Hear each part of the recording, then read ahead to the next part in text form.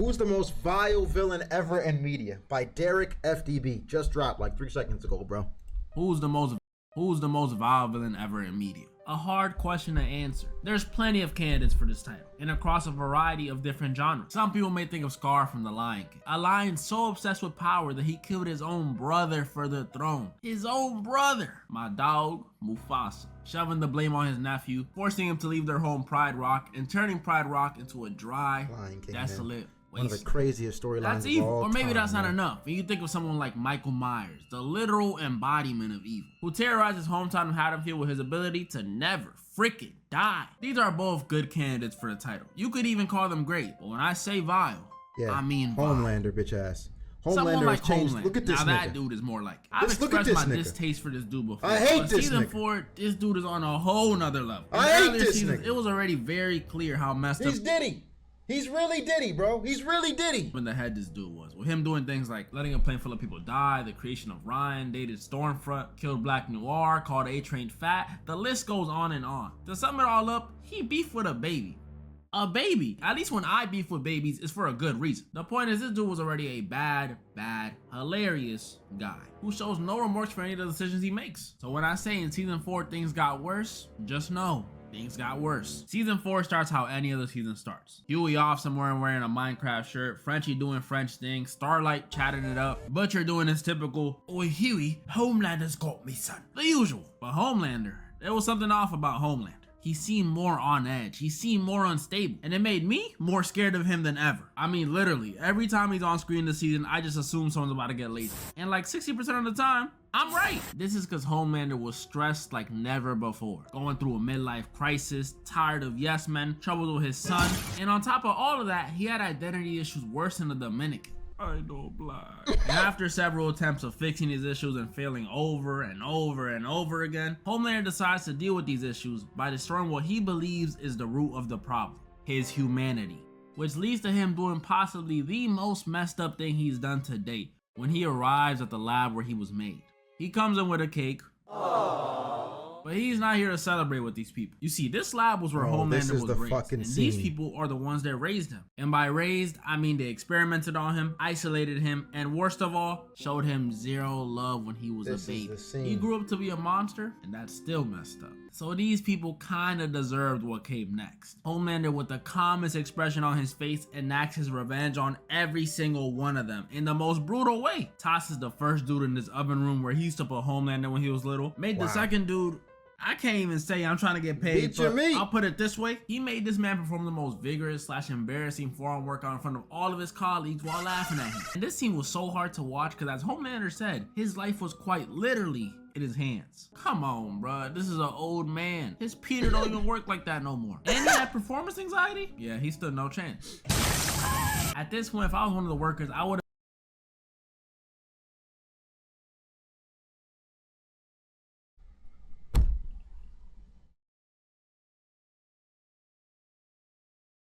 This nigga is a menace.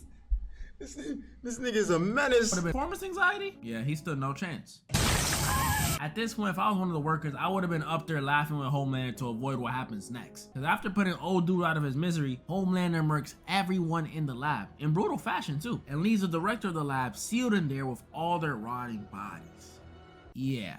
Then you had his plan for internment camps and what he just did to Webweaver, and yeah, this man is a monster. If it wasn't for the other people on this list being even more devious, and this episode low-key making you empathize with Homelander in his past, he'd be #1, no question about it. But someone like Sid from Toy Story, I cannot sympathize with that kid at all. Now I know what you're thinking, it sounds outlandish, it sounds like I'm joking, but I'm not. While Andy is a good owner to his toys, takes care of them, plays with them, lays with them, Sid is the complete opposite. A lot of people don't talk about this guy as, oh, he's just a kid, but they don't see what I see. He's horrible. Imagine you took all the stuff he did to his toys, mutilating them, reassembling them, burning them, blowing them up, pimping them out, and applied those things to humans. That's a Netflix documentary waiting to happen. If Woody and the gang didn't traumatize his kid, he could have grown to be the next Dahmer, Bundy, Sukuna, and the only reason Sid ain't higher is because you got people like that Terrifier running around.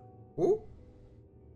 Now this dude, real life, scares me. Not only is he a literal demon, but he's also a clown. And normally, I'm not scared of clowns. Sid from Toy Story Death Group to be a roofie college freshman? What does that mean? Like roofing girls college freshmen? Like date rape college freshmen? You ain't wrong, for real. It's those type of niggas, for real, who never got any consequences for their actions when they were little. So as they grow up, they could just continuously do shittier and shittier things. Shittier and shittier things. You're right. It's a good point. That's a really good point. At all. I'd be more scared to see a picture of the king of pop than I would to see a clown on most days. But this dude, he got it. I'm terrified of him. No pun intended. If me and one of my friends saw this dude at night in the middle of an empty road, there would only be one option in that situation. All right, Derek. There's two of us and one of him. So I think if we just... Derek? Much like Michael Myers, this dude likes to pop out on Halloween and start murking people. Whoop-de-doo, what a surprise. But it's not this that makes him so scary. It's how he murks people. The Terrifier movies have a reputation for being extremely gory. So much gore that audience members threw up during the premiere of the second movie. And whether that be true or a marketing stunt, I can see why. I can't go over all the things he did in his movies without my video getting nuked off the face of the earth, but I can go over the nastiest, most messed up thing he's done in any of his movies. The hacksaw scene. And since I can't really show clips of the scene without them looking like you opened your eyes underwater, I'ma draw it out for you. Alright, so we got Terrifier here on the left, ready for the hacksaw scene, hacksaw in hand. And right next to him, we got this person, this girl, hung upside down, not looking very happy as we can see. And in the hacksaw scene, Terrifier takes the hacksaw and goes all the way up to about this area, and then he hits her with a bop. Oh. And that's the hacksaw scene. When it comes to being vile, Art the Clown has zero competitors standing in his way. It's a landslide, is what I would have said. From the pussy lips, Diddy. Is that Diddy? Everybody know ain't no party like a Diddy party, so. Yeah, that's what's up. Sean Diddy Combs, American. No, boy, this nigga. Yeah, bro. Yeah, I'm not even gonna lie. This nigga's evil, bro. From allegations of killing Biggie and Tupac, to the things he's done to a woman, to the freak-offs he's had in his house, he's a real-life villain. He's a real-life villain, dude. American rapper, producer, rich guy, we all know who he is. While every person I mentioned before this has committed atrocities in their respective movies and TV shows, this man is the exception. He's out here doing these things in real life. A lot of y'all probably know all the things he's been accused of, but if you don't, disorderly conduct, breach of contract, tax evasion, embezzlement, illegal possession of a firearm, destruction of property, possession of controlled substances, illegal surveillance, battery, criminal coercion, battery, trafficking, and yeah, my nigga. now what if I told you that was only half the list? This is ridiculous. You would have thought he was going crime for crime with Bill Cosby. The accusations against this man were serious. When these accusations came out, news outlets were on it, YouTube was on it, Tubi made a documentary out of it. I mean, bro, my mom knew about it. That's a big deal. But these allegations weren't even the main topic of discussion. Cause forget Diddy doing some serious stuff. Blowing up Kid Cudi's car? Crazy. Who cares? Crazy. What people really wanted to talk about was those elusive Diddy parties. There were these parties Diddy used to host where he invited the most popular people on the planet. Princes, actors, rappers, Oprah Winfrey, LeBron James, Mike Tyson, any popular person you could think of, they were there. It was like the ultimate Make-A-Wish Foundation gift. It seemed like so much fun. Who wouldn't want to be invited to a Diddy party? But when that clock hit 1 a.m. and that track list was from Party Rock to some Bryson Tiller, you would not want to be there. From what people say, after 1 a.m., them parties would turn into what they called freak-offs, where everyone would go into their respective rooms and see if they can match each other's freaks. And the way these people would talk about the bedrooms after 1 a.m. is like each one was a brand new chamber of secrets or something. You don't know what could be in there. All we know for certain is you have a higher chance of seeing someone like Steve Harvey in one of them rooms before you see someone like Kim Kardashian. Because from what people say, these rooms were almost exclusively famous men. You could have Meek Mill in the first room telling someone who passed out to second room could be as random as Dwight Howard and Steve from Blue's Clues, I don't know. And third room, I can only imagine. All I know for sure is that it probably smelled crazy. It's too many people with too much money and too much influence to cover everything up. And that means every single one of those people who went to one of those parties is immediately on a watch list.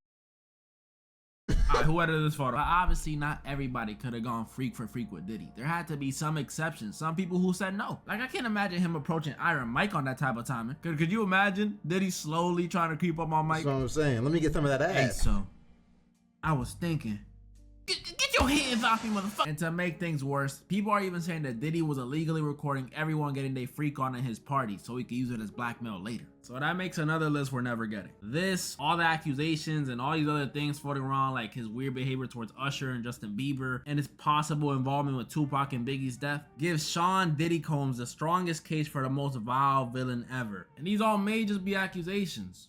But if I was a betting man, so to finally answer the question, who's the most vile villain ever? It's Griffith. That man's evil transcends fiction. And moral of the story?